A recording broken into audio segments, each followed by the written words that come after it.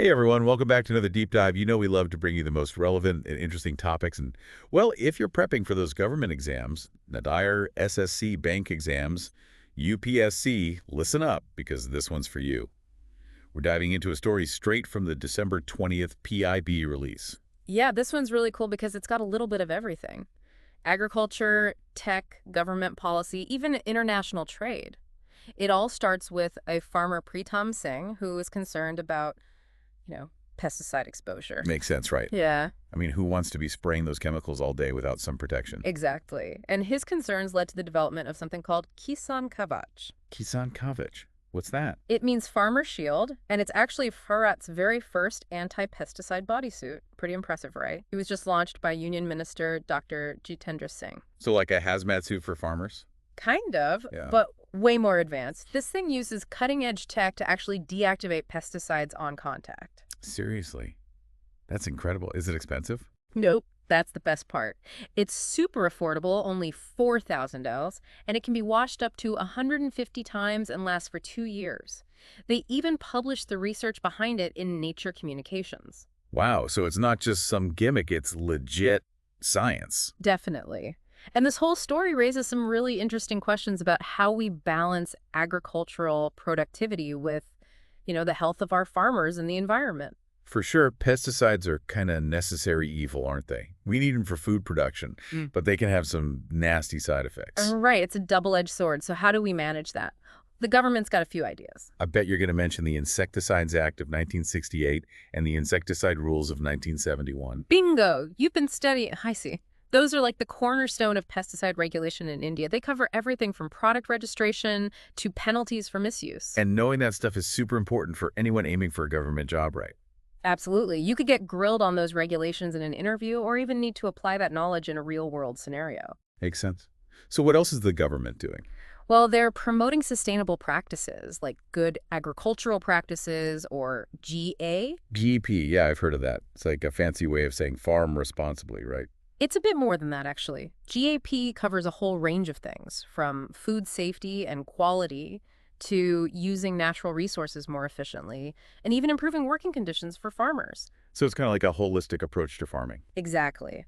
And it's not just about doing the right thing, it can actually open up new market opportunities for Indian farmers. Imagine being able to sell your produce to international buyers because you meet those high GAP standards. Well, that's pretty cool. So it's good for the environment, good for workers, and good for business. A win-win-win.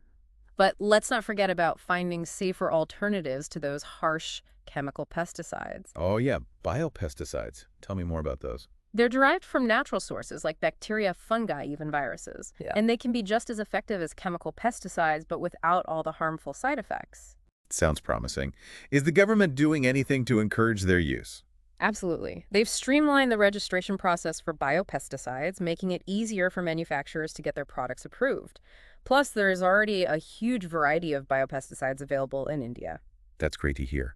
But it sounds like they're taking an even broader approach to pest management. You're catching on. We're talking about integrated pest management, or IPM. It's not just about swapping one pesticide for another. It's about using a combination of methods to keep pests under control. So it's more like a strategy than a product. Exactly. Think preventative measures, crop rotation, and even incorporating traditional knowledge like using neem oil as a natural pesticide. My grandma used to swear by neem oil in her garden.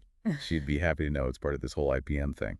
It's great to see how those traditional practices are getting integrated into modern pest management. And that's really what IPM is all about, combining the best of both worlds for a more sustainable and effective approach. Okay, so we've got regulations in place, we've got GAP and biopesticides, and we've got this whole IPM strategy.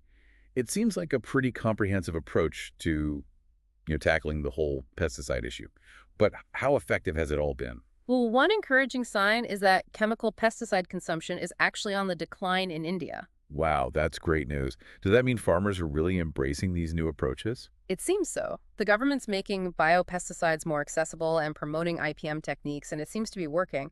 Plus, consumers are becoming more aware of, the potential risks of chemical pesticides, and they're demanding safer, more sustainable food options. So it's not just top-down from the government. It's also consumer-driven. People are actually voting with their wallets. Precisely.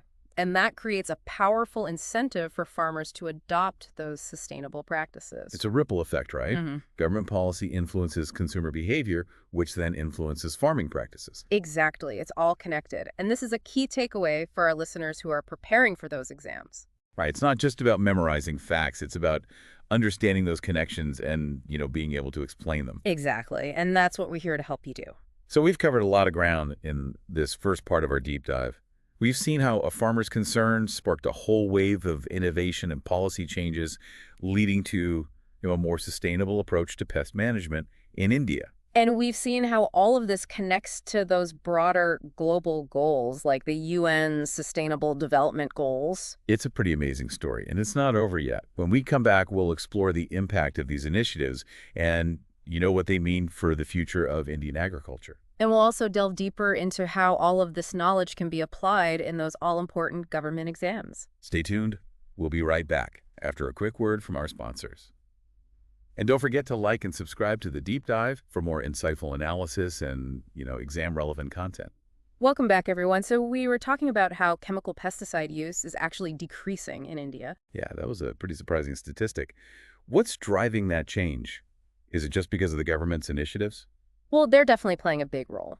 Promoting biopesticides, making them more accessible, training farmers on IPM techniques, it's all helping to shift the mindset. So it's about giving farmers options, not just telling them what not to do. Right. And, farmers are smart. They want what's best for their crops, their land, and their bottom line. So if these sustainable practices can actually improve yields and profits, farmers will be more likely to adopt them. Exactly. But it's not just about the farmers themselves.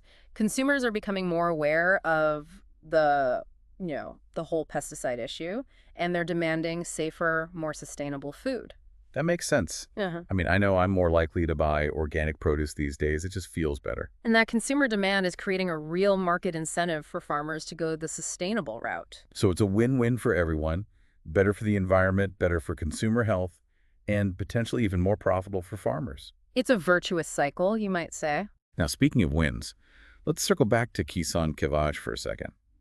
That anti-pesticide suit sounds like a game changer. It really is. It's a really practical way to protect farmers while we're still working on reducing overall pesticide use. It's like a bridge between the present and the future of agriculture. That's a great way to put it. And it also shows that the government is serious about farmer safety. It's not just talk, it's action.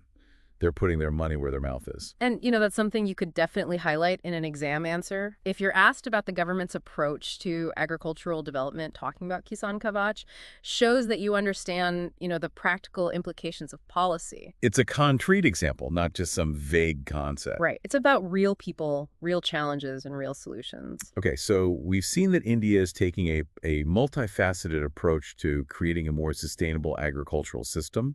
But what does all this mean for the future? What are some of the challenges we might face? Well, one of the biggest challenges is going to be scaling up these sustainable practices. We've seen some good results, but making sure they're adopted across all of India's diverse farming regions, that's going to take a lot of work. Yeah, India is a huge country with so many different types of farms and farmers. It's not a one-size-fits-all situation. Definitely not. We need more research, more training, and more investment in infrastructure. And it's not just about the technology, it's about changing mindsets. Exactly. We need to create a culture of sustainability within the agricultural sector. And that's where, education and awareness campaigns come in. We need to give farmers the knowledge and skills to make informed decisions. And that's where you aspiring government officers come in. Imagine you're working in a rural development program trying to promote IPM techniques to farmers. Yeah. How would you approach it? What challenges do you think you might face? Those are great questions to think about. And it's not just theoretical. It could be your actual job someday. That's right. It's about applying this knowledge to real-world scenarios, thinking critically, and coming up with solutions. So it's not enough to just know the facts. You have to know how to use them. Exactly. And speaking of challenges, another big one on the horizon is climate change. Yeah, that's a tough one. We're already seeing more extreme weather events, droughts, floods. It's all impacting agriculture. And it's only going to get more intense in the years to come. So how do we adapt? Well, we need to develop climate-resilient crop varieties, promote water conservation, invest in early warning systems, all that good stuff. And technology is going to play a huge role in all of this. Precision agriculture, data analytics, remote sensing, these are all tools that can help farmers adapt to a changing climate. It's amazing how much technology can do these days, but it's important to remember that technology is just a tool. It's up to us to use it wisely. Absolutely. And that brings us back to the importance of education awareness and empowering farmers to make informed decisions. Now, going back to Kisan Kavach for a moment, we talked about all the benefits, but could there be any potential downsides? That's a great question. It's something we always need to consider with any new technology. Will it lead to complacency? Will farmers be less likely to adopt safer alternatives if they feel protected from the immediate risks? It's like the seatbelt argument. Do seatbelts make people drive more recklessly because they feel safer? Exactly. It's a complex issue, and it highlights the need for a holistic approach. We need to address both the symptoms and the underlying causes. So it's not enough to just give farmers protective gear. We need to change the whole culture around pesticide use. And that's not an easy task, but it's something we need to strive for. Okay, so we've covered a lot of ground today, exploring the government's multi-pronged approach to creating a safer and more sustainable agricultural system in India.